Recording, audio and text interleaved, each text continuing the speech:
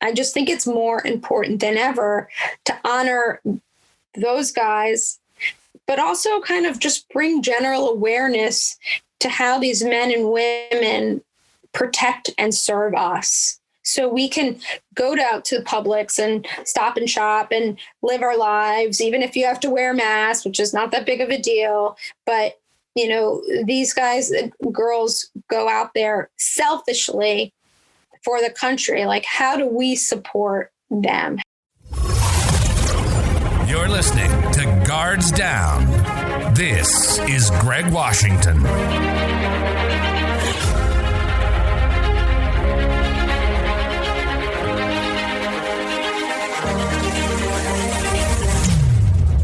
Hey everyone, and welcome to the next episode of Guards Down. I have with me today Kimberly Spacek. How are you? I'm great, Greg. Thank you for having me. No, thank you for coming on the show. I think today is going to be a very special episode just because of just the sheer fact of what you're doing and why you're doing it. And so, you know, I like to jump right into it. It feels like forever. I know we had talked almost about a month ago. Yes, that's right. And so, you know, I've been looking forward to this conversation because, I mean, you got the motivation, the drive, the story, you know, with your family history.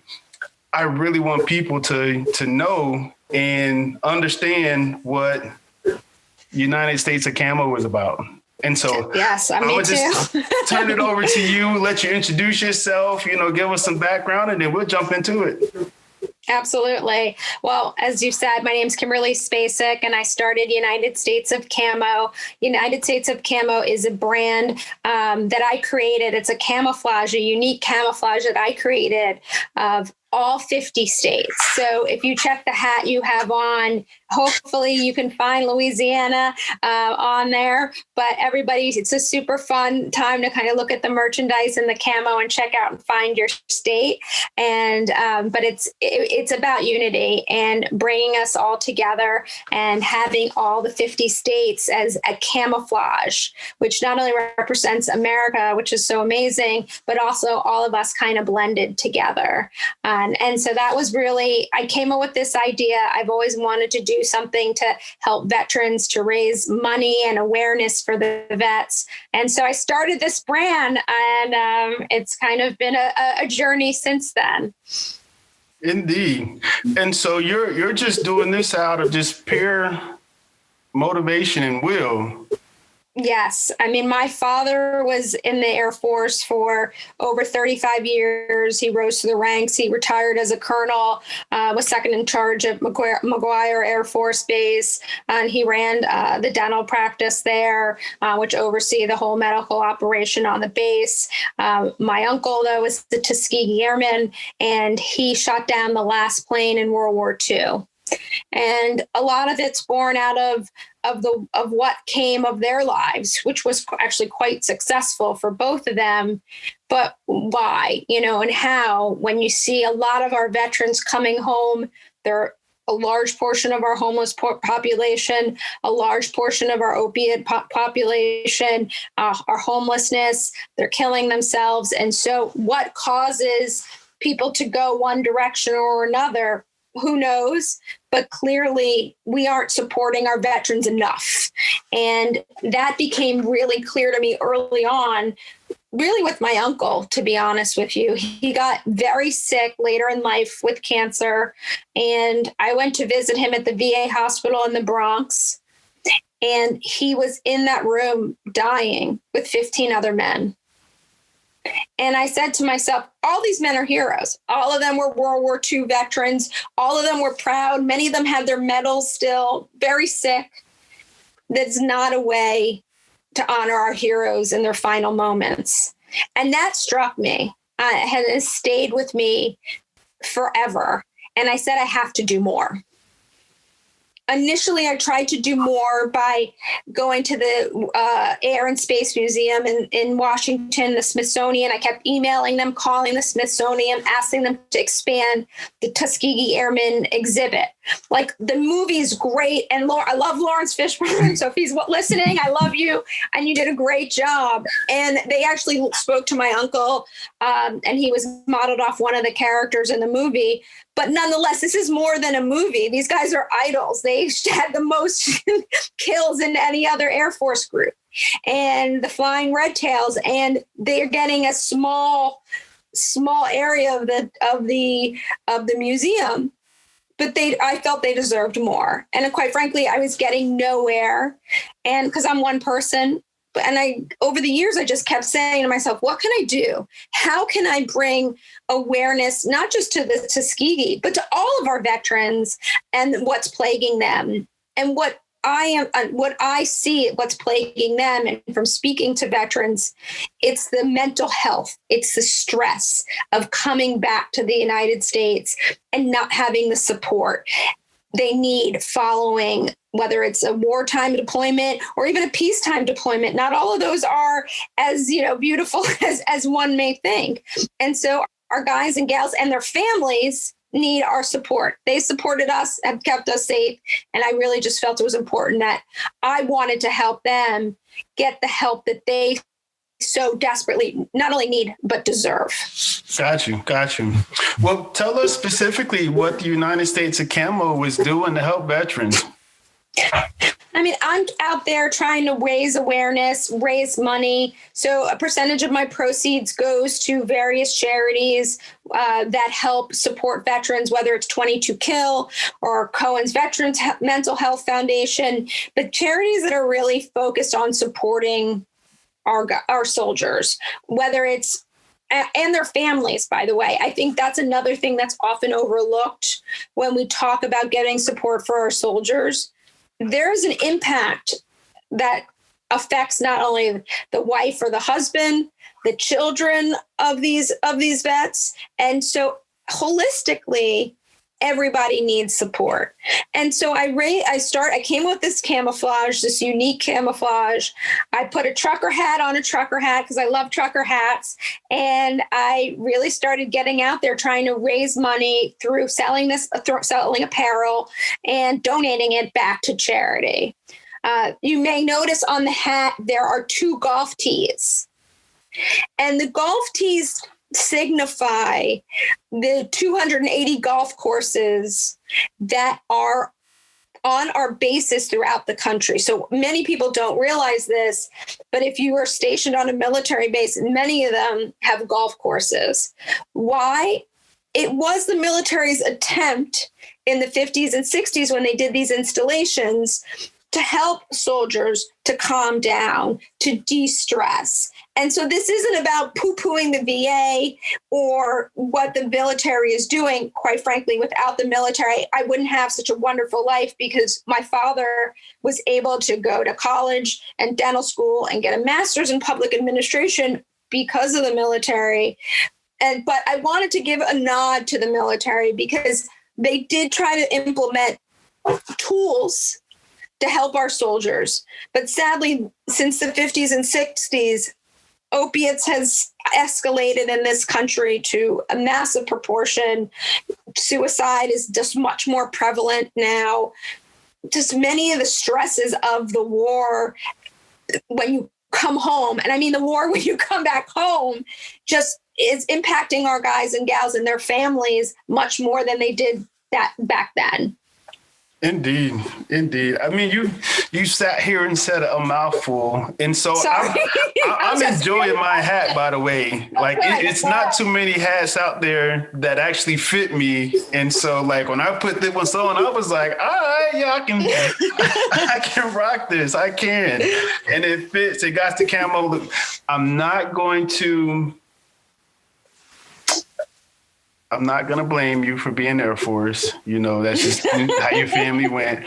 I came from West Point. My family, we covered the whole spectrum of the military. So I had uncles and cousins that were in the Army and the Marines and the Navy, you know, and in the Air Force. And so for me, it was a great sense of pride to follow in that tradition of, you know, serving our country and honoring our family in that way. And so it kind of sounds the same way with your father, your grandfather, and your uncle. Yeah.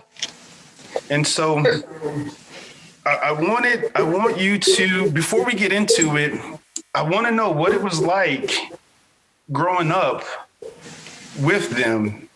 Did they teach you anything about dealing with trauma and grief, or, about the military, from your standpoint? Yeah, I would say trauma. I mean, it was a different generation. If my father was still alive today, he would have been 92.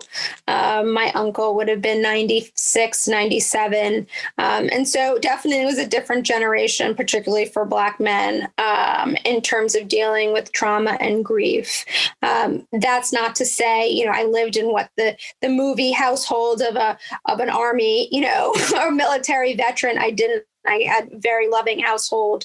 But, I definitely was taught to be fairly stoic, at least when I was out in front of people, and that you can kind of cry at home and use your family as a bridge to help you. And so one of the things as a mom, I tell my sons, I'm your best friend. You may not know this, but I'm your best friend. And so if you have problems, you can come to me without judgment.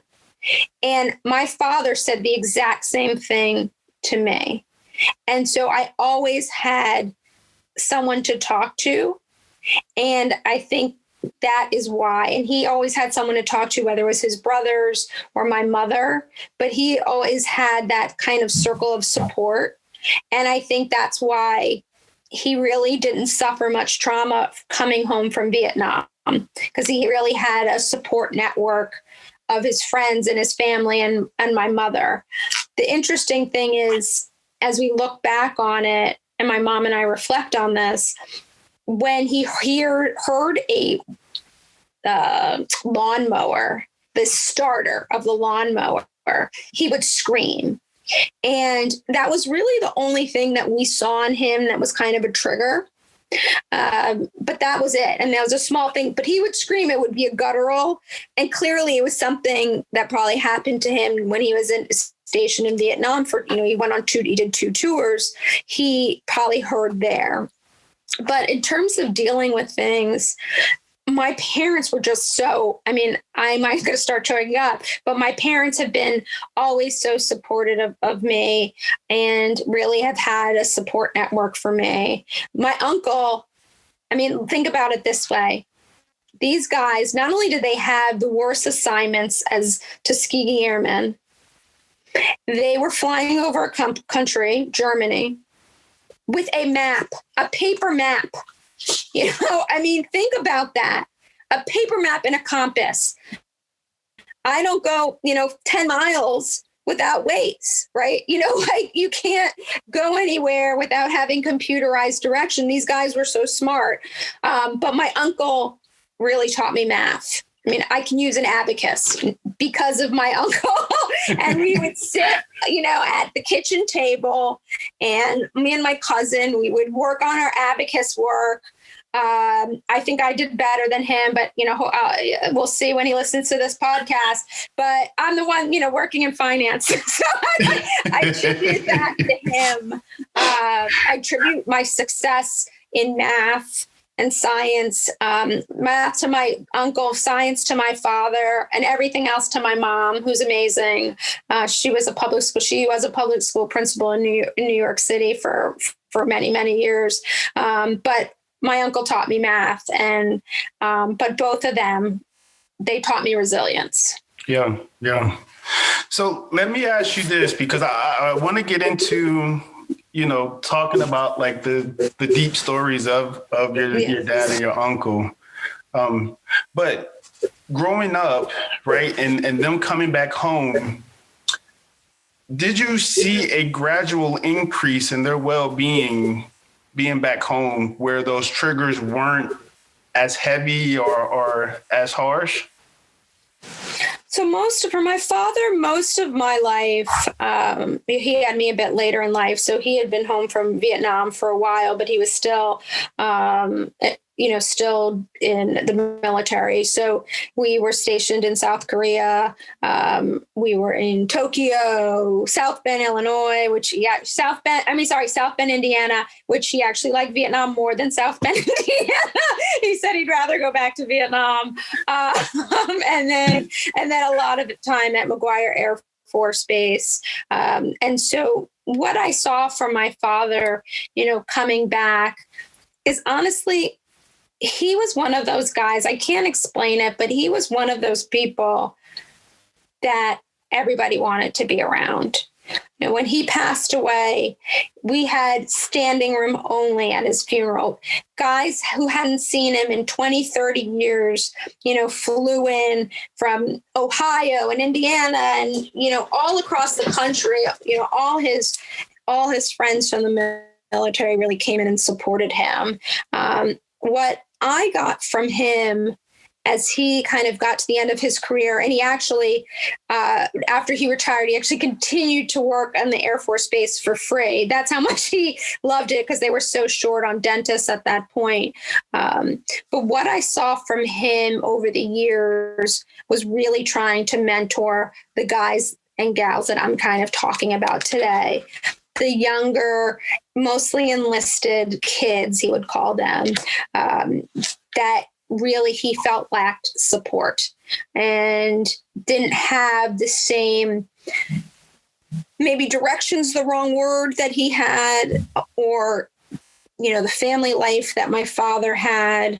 And so it was important for him, even though he retired, to kind of continue to give back to those guys, because he felt that the younger kid, again, this is his words, kids in the military kind of lacked the direction that his generation of military men and women had. And so he really kind of stepped into that role as mentor. And some of that meant some of the dirty work, like DUIs or, minor busts, where he would go to the prisons and and help bail these guys out. Some of it was financial to help them, but many of it was just an ear. But he was really kind of early on. And again, this was way before the opiate epidemic that we're seeing right now. But he really noticed that a lot of the guys and gals really didn't have the support he had, and he felt it was important for him to give back. And so that kind of philanthropy has really been in my blood since I was a very young child. And so I really saw that from him as he kind of matured and was getting to the point in his life that it was time that he went from, student to teacher in many, many respects. Yeah. But Greg, I think to your point, maybe giving you a little bit of background, my father grew up in Poughkeepsie, New York. He was one of three children of a single mother. And he lived in a house with no bathroom, with an outhouse. He started working when he was 5, 6 years old in a farm for a couple cents a day to help his mom put food on the table. He was able at the time to go to Arlington High School, which was a integrated high school. He actually was captain of 3 teams. He was the first Black president of the class. And he really made a name for himself academically. And so when he graduated from Arlington with all these honors, his mother gave him $20 and a bus ticket to DC because he had gotten a scholarship to go to Howard University. And he would talk to me and say, this is the heaviest $20 he's ever gotten. Because that $20 meant his 2 younger brothers probably aren't eating for a few days, definitely not getting any new clothes.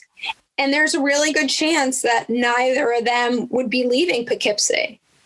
But his mother handed him the money and said, don't ever come back here. There's nothing here for you. And so I think the heaviness of that $20 bill, that bus ticket, the opportunity that he got that his brothers probably didn't get, weighed on him. And so he always thought of ways to help people. And so we were definitely that house that, people had problems. My father was kind of the de facto therapist, and I certainly have that role myself. But, he didn't experience anything other than the trauma of the lawnmower. It was more a support system that he felt was so important to give back. The military has given him so much. He went from a shack to Howard, to being a dentist, to getting a master's in public administration at Columbia, and being able to have a life to afford, me going to top schools in this country, and really setting me up for success without the struggles that he went to. He got arrested in DC for jaywalking when he was at Harvard, at Howard Medical School. He didn't want those things, those same challenges for me, but he only got those opportunities because of the Air Force. Yeah. And so he really felt it was important to give back. Man, he sounds like an amazing person. And I really want to give, my hat off to those soldiers and comrades and Air Force men that, that came to pay their respects, at his funeral. And I mean, for him to have that, it reminded me of what I have from my brothers from playing Army football and from being in the military. I mean, the support and the close networking group that we had, now is more like a brotherhood. And not everybody gets that in the military. And so, when you have those people that are close to you, I mean, it's so important to cherish that, because, life is going to throw some obstacles at you, and you're going to be faced with some tough points. But I mean, like you said, having that support system behind you, I mean, means a lot. And so, yes. And so that's great. That's great. So look, what I really want to get into, because I had a chance to check out your website and I was perusing through it and reading some of the stories. So for all y'all out there, it's UnitedStatesOfCamo.com. Go check out her website. It's absolutely amazing. It's one story in particular that I really, really like. And so I want you to expound on it. And it's not every man is honored equal. That's right. That is right. I mean, that's an interesting one. Just with the stories, I have to tell you, it's really hard to get the stories done. Just take a step back. Greg, I have these heroes tales, and, we have so many wonderful soldiers, and they're afraid to tell their stories. And so it's hard to kind of pull them out.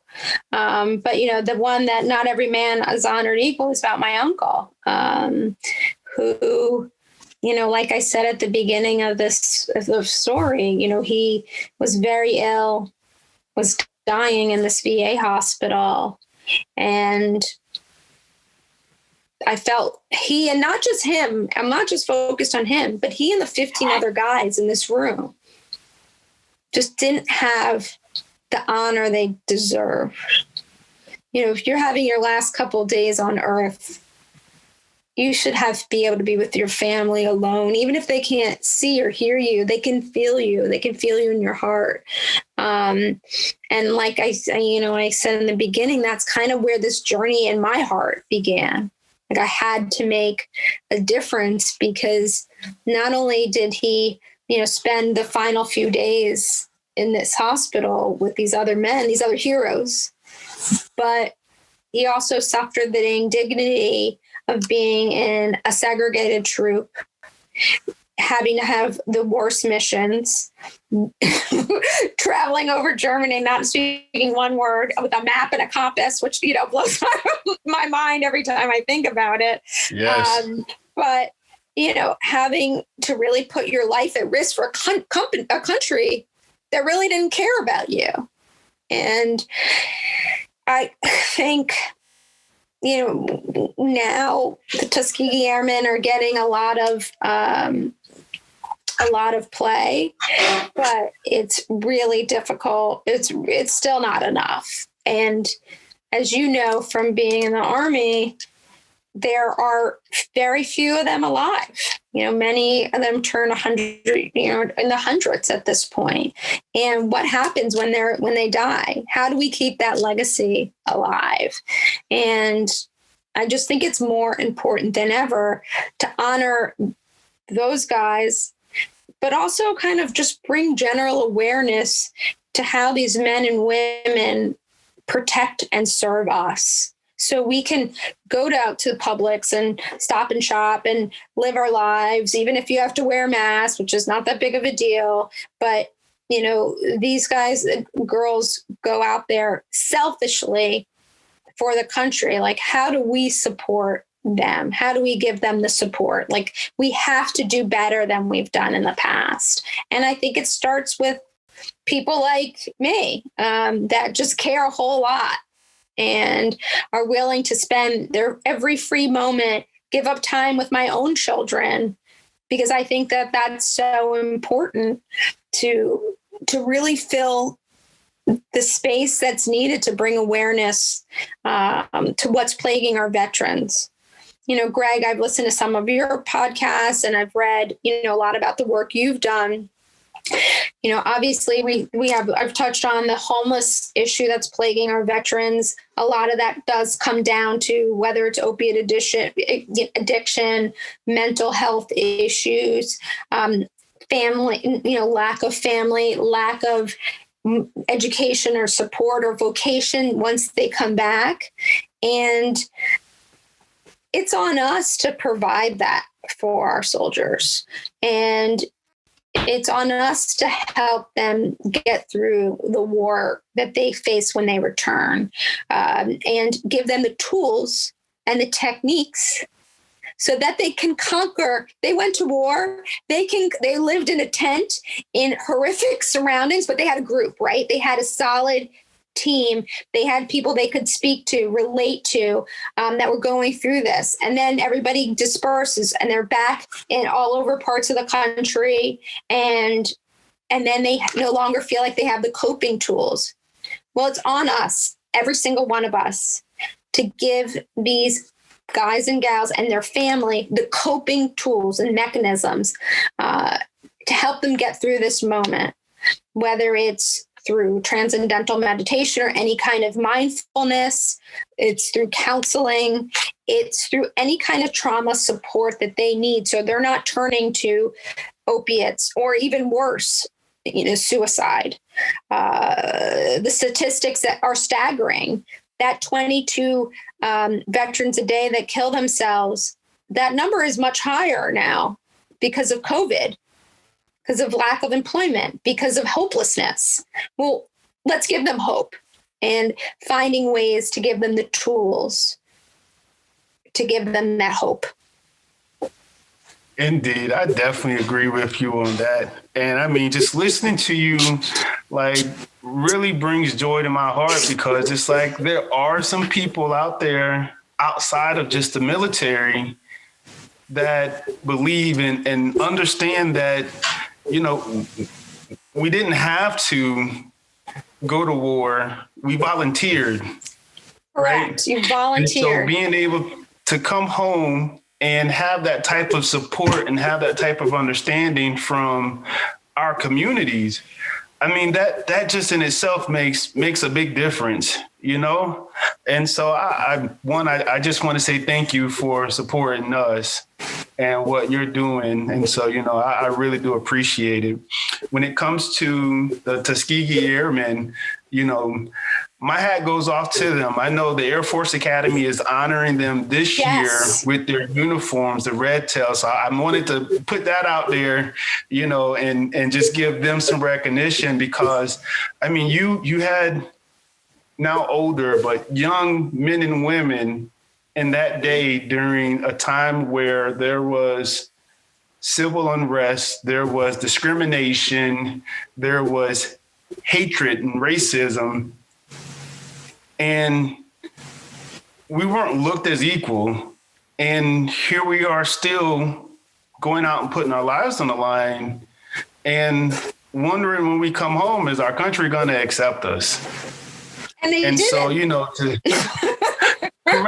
correct. And they didn't.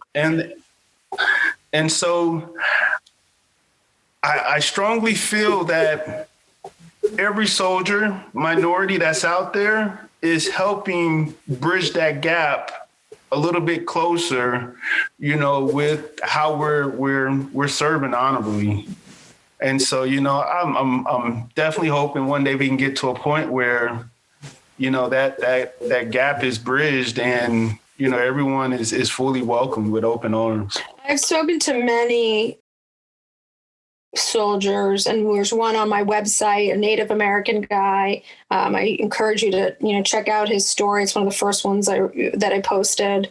But I spoke to him. I've spoken to a Mexican American gentleman who also served. He ultimately didn't want me to share his story. But as I've gone through this, there's so many minorities that like Native Americans, so few, like less than 1% of our military has Native or represented by Native Americans. And there's so many reasons. I don't have to explain to you why. It's probably so few. But he was so proud to represent a country that really cast not only him, but almost every single Native American aside. And same with this Mexican gentleman that I spoke to. And he had many members of his families that felt proud to be in the military. And despite their treatment once they got home. And it's just very fascinating to me, your volunteers. And I really want to bring that home. And I'm so glad you used that word, because they don't have to do this. They don't have to do this. You didn't have to do this. You chose to do it. And so I just think when I think about that, it's on us to help, period. Indeed.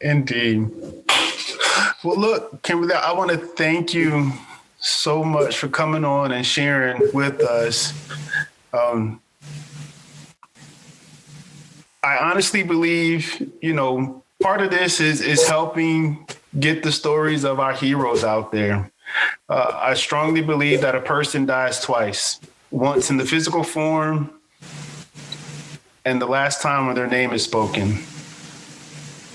And so being able to share their stories so that others will be able to know and learn and grow from it, I hope we're doing them, some kind of service and speaking their names. And so I just kind of want to turn it over to you and talk about, the United States of Camo and what you guys have going on in the near future and how people can be a part of, what you're doing. Thank you, Greg. And I really appreciate you having me and letting me tell my story and sharing the journey, this Don Quixotean type journey I've been going on, trying to raise awareness for our veterans. I'd love for any of your listeners who want to share their story with me, and I can put it on the website and just continue to bring awareness to our veterans. It's so helpful because the stories, while no man can walk in another man's shoes, it does give people insight outside of the war movies, but of real experiences, many of which, my last one, Coming Home, which is probably our most powerful story, the experience once a soldier came home from war. And so anyone that wants to share their story with me, please reach out to me on UnitedStatesOfCamo.com. I have an email address on there and you can contact me. But also, by, purchasing the hat, and I have polo shirts with the 50 state camo on it. Again, it's always been such a conversation starter, particularly having the trucker hat on the trucker hat. I've had so many people come up to me, ask me about, well, where'd you get that hat? Oh, what's the story behind it? And I'm able to share my story. And that's starting to resonate with people, but having this kind of conversation starter product, helps me donate money to these charities with therapists and mindfulness coaches and everything to really support our veterans. And so, please come to the website, our Instagram page, get a little history, get a little, feeling of home. But overall, please support our vets. Doesn't have to be through me, but it's important for everybody to really make an effort for the volunteers that keep us safe every day. Yeah. And I just appreciate that last part, of just doing something to help the vets, even if it's not through you. So, just the fact of being humble and not saying, oh, you got to come by for me, but just understanding that, whatever the case is, just your effort alone in helping someone else would mean, a lot. And so I appreciate you. I really do. Thank you, Greg. I really appreciate you taking the time to speak to me. Let me tell my story and I'll hopefully bring awareness. And, if anybody wants to talk to me, and again, I'm very much like my dad. I'm a big ear, but I hopefully I can give people the support that they need. Indeed. Well, look, everyone that's out there, I hope you got something out of this because I know I did. I'm definitely going to head over to State of Camo and check out some more of those stories. For all y'all that are out there, you can visit us on guardsdown.com, stateofcamo.com. We both have Instagram page and Facebook pages. And we're out here trying to do, some amazing work to make sure that our veteran community is supported, from near and afar. And so for all y'all that are out there, I hope you stay safe, stay focused, and stay engaged. We out. You've been listening to Guards Down with Greg Washington. PTSD and complicated grief are very real. About 8 out of every 100 people will have PTSD at some point in their lives. About 20 to 54% of people with complicated grief will simultaneously suffer from major depressive disorder. And that's why shows like this are hugely important, raising awareness for PTSD and complicated grief. Thank you so much for listening. We hope you've gotten some useful and practical information from this show. We'll be back soon, but in the meantime, hook up with us at guardsdown.com, weareiron.org, on Facebook at Guards Down, and find us on YouTube and Instagram.